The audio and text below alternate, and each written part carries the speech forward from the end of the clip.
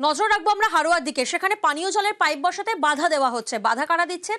CPIM এবং ISF এর বিরুদ্ধে এই অভিযোগ সামনে আসছে। বিরোধীদের সঙ্গে তৃণমূল কর্মীদের বচসা হয়, ধস্তাধস্তি হয়। বিদ্যাধরী ব্রিজের উপর পাইপের কাজে বাধার অভিযোগ।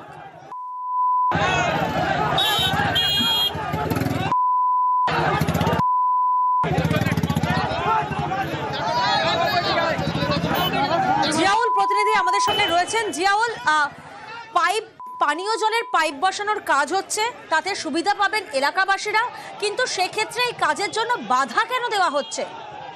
দেখো, গঙ্গা অ্যাকশন প্ল্যান্টের পানীয় জলের অর্থাৎ পাইপ বসানো হচ্ছে বিদ্যাধরী নদীর উপরে যে ব্রিজ রয়েছে সেই তার উপর দিয়েই, কিন্তু এখানেই বাসে আছে। তো সরকারি কাজে বাধা দিচ্ছেন কে? আইএসএফ এবং সিপিএম। আইএসএফ সিপিএম এর যেটা অভিযোগ যে তারা যে অর্থাৎ যেখানে এই শিডিউল মেনে অর্থাৎ ব্রিজের নিচে দিয়ে কিন্তু এই পাইপ লাইনে বসানোর কাজ, কিন্তু সেই ঠিকাদার সংস্থা একেবারে পাইপ লাইন বসাচ্ছেন অর্থাৎ এই ব্রিজের উপর দিয়ে, ফলে সেখানে জায়গা ছোট হয়ে যাচ্ছে, জায়গা সংকোচ হয়ে যাচ্ছে, ফলে যাতায়াতের সমস্যা হবে। কিন্তু শিডিউল মেনে কেন তারা কাজ করছে না, এই নিয়েও কিন্তু একাধিকবার গন্ডগোল হয়েছে এবং এই নিয়ে একাধিকবার কাজ বন্ধ হয়েছে। গতকাল রাতেও কিন্তু সেখানে কাজ শুরুর সময় তখন আইএসএফ সিপিএম তারা কাজ বন্ধ করে দেয়। তাদের একটাই দাবি শিডিউল মেনে ব্রিজের নিচে দিয়ে কিন্তু এই হবে, কিন্তু সেখানে গিয়ে শাসক দল তৃণমূল কংগ্রেস গিয়ে তাদের উপরে হামলা করে। এই ঘটনায় দফায় দফায় উত্তেজনা ছড়ায়, মিছিল পাল্টা মিছিল। ইতিমধ্যেই এই যে সরকারি কাজ বন্ধ করার দাবিতে একেবারে তৃণমূল কংগ্রেস থানায় অভিযোগ দায়ের করে এবং যথেষ্ট উত্তেজনা ছড়ায় এবং এই ঘটনায় বেশ কয়েকজন আহত হয়। পরবর্তীকালে পুলিশ গিয়ে অবস্থা নিয়ন্ত্রণে আনে। ধন্যবাদ।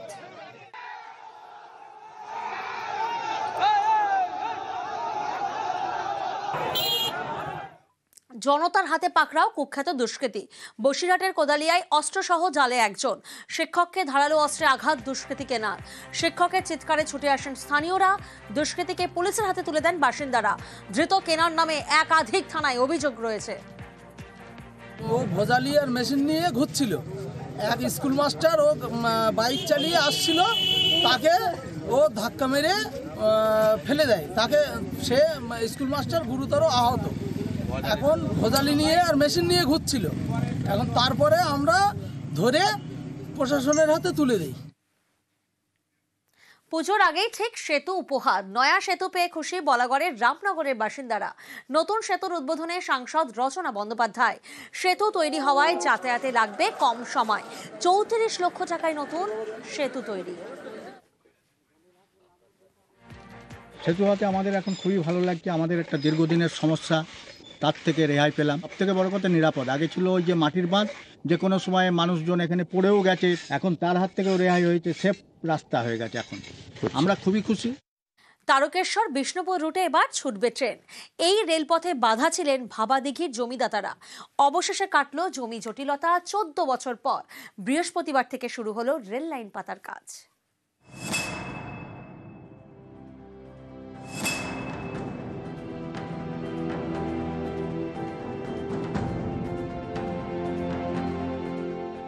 হুগলি তারকেশ্বর থেকে জয়রামবাটি কামারপুকুর হয়ে বাঁকুড়ার বিষ্ণুপুর 82 কিলোমিটার রাস্তা জুড়ে যাবে রেলপথে।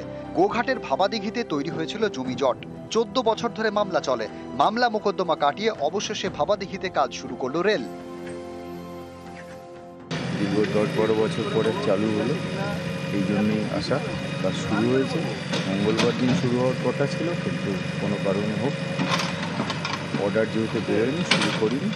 এখানে পুলিশ আরপিএফ দুটো টিমই সহযোগিতা করছে। এই সহযোগিতার মাধ্যমে আমরা কাজ শুরু করি। আশা করি এবার কন্টিনিউ থাকবে। 2000 সালে মমতা বন্দ্যোপাধ্যায় তখন রেলমন্ত্রী ঘোষণা করেন হুগলি তারকেশ্বর থেকে বাঁকুড়ার বিষ্ণুপুরের মধ্যে রেলপথ তৈরি করা হবে। 2006 সালে এই প্রকল্পের জন্য সার্ভে শুরু হয়। 2008 সালে জমি অধিগ্রহণ শুরু করে রেল। 2009 সালে কাজও শুরু হয়ে যায়। বাঁকুড়ার বড় গোপীনাথপুর থেকে জয়রামবাটি পর্যন্ত রেলপথ তৈরি হয়ে গিয়েছে। গোঘাট থেকে কামারপুকুরের মধ্যে ভাবাদিঘি 950 মিটার রেলপথ তৈরির কাজে বাধা হয়ে দাঁড়ান জমিদাতারা। তাদের দাবি ভাবাদিঘিতে মাছ চাষ হয়, সেচের কাজেও লাগে। এই দিঘির সঙ্গে রুটি রুজি জড়িয়ে দিঘি বুঝিয়ে রেল লাইন তৈরি করা যাবে না। এ নিয়ে 2011 সালে জল গড়ায় হাইকোর্টে। 14 বছর ধরে মামলা চলে। শেষমেশ গত 20 মার্চ কাজ শুরু করার নির্দেশ দেয় আদালত। তারপরেও জমিদাতারা কাজে বাধা দেন বলে অভিযোগ। সেই জটও কেটেছে। বৃহস্পতিবার থেকে শুরু রেল লাইন পাতার কাজ। তখনকার দিনে যারা তৃণমূল সরকারের এখানে দায়িত্বে ছিলেন, তারা রেলের যে পরিমাপ মাপ নিয়ে যেতে সোজা না নিয়ে যেয়ে দিঘির উপর দিয়ে নিয়ে যায়। সেটাকে কেন্দ্র করে গ্রামবাসীর যে ক্ষোভ ছিল, সেই ক্ষোভের থেকে আজকে যে সমস্ত মানুষ সেটা বুঝেছে। এলাকাতে উন্নয়নের মূল্য কাজের জন্য রেলকে অবশ্যই সেখানে কাজ করতে দিতে হবে। তো মহামান্য আদালতের নির্দেশে যে কাজ শুরু হয়েছে, এতে আমরা খুব খুশি। প্রথমেই বাংলার মুখ্যমন্ত্রী মমতা ব্যানার্জিকে আমরা ধন্যবাদ জানাবো, কারণ বাংলার মুখ্যমন্ত্রী মমতা ব্যানার্জি যখন কেন্দ্রীয় রেলমন্ত্রী ছিলেন তখন উনি এই পথটা চালু করেছিলেন। এতগুলো তীর্থস্থান নিয়ে উনি এটাকে সংযোগ করেছিলেন। আমরা আরামবাগ মহকুমার মানুষ হিসাবে আমরা খুবই গর্বিত। রেলের কাজ যাতে দ্রুত সম্পন্ন করা যায় সেই বিষয়টা দিয়ে অবশ্যই লক্ষ্য এবং নজর রয়েছে। গোঘাট থেকে শুভদীপ ঘোষ, নিউজ 18 বাংলা। যাদবপুর বিশ্ববিদ্যালয় ছাত্রের মৃত্যু রহস্য, জলে পড়ে মৃত্যু বলে প্রাথমিক অনুমান পুলিশের। রৌনক প্রতিনিধি আমাদের সঙ্গে রয়েছেন, সরাসরি রৌনকের কাছে যাব। রৌনক, একটু আগে আমরা আমাদের আরেক প্রতিনিধি প্রীতির সাথে কথা বলছিলাম। ক্যাম্পাসের ছবিটা আমরা দেখলাম, একের পর এক ছবি সামনে আসছে। গতকাল রাতের ছবি দেখলাম, যেখানে প্লেস অফ অকারেন্স সেখানে ছড়িয়ে ছিটিয়ে রয়েছে মদের বোতল। ছাত্রীর এই মৃত্যু ঘিরে তো বিভিন্ন রহস্য দানা বাঁধছে, যদিও পুলিশের প্রাথমিক অনুমান জলে পড়েই মৃত্যু। ঠিক কোন কোন সার্কামস্টেন্সিয়াল এভিডেন্সের প্রেক্ষিতে এই অনুমান করা হচ্ছে?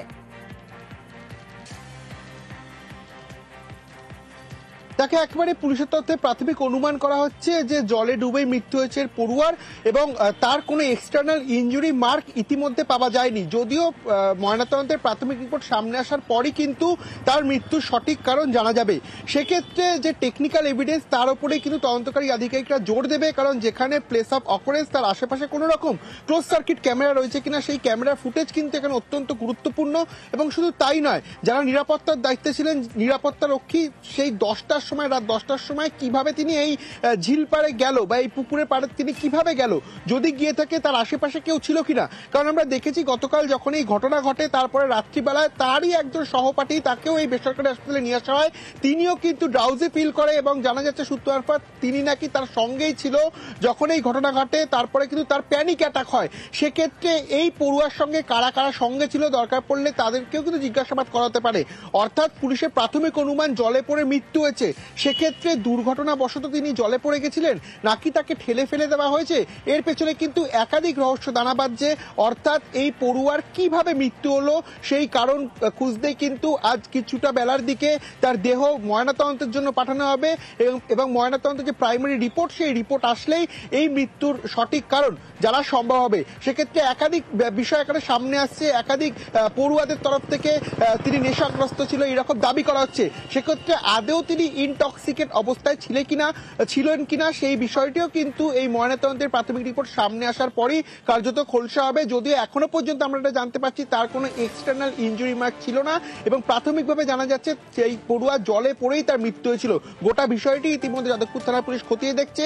ইতিমধ্যে অস্বাভাবিক মৃত্যুর মামলা রুজু করে গোটা বিষয়টি তদন্ত নেমেছে যাদবপুর থানার পুলিশ। গতকাল রাতেই পুলিশের তরফ থেকে প্লেস অফ অকারেন্স কর্ডন করা হয়েছিল।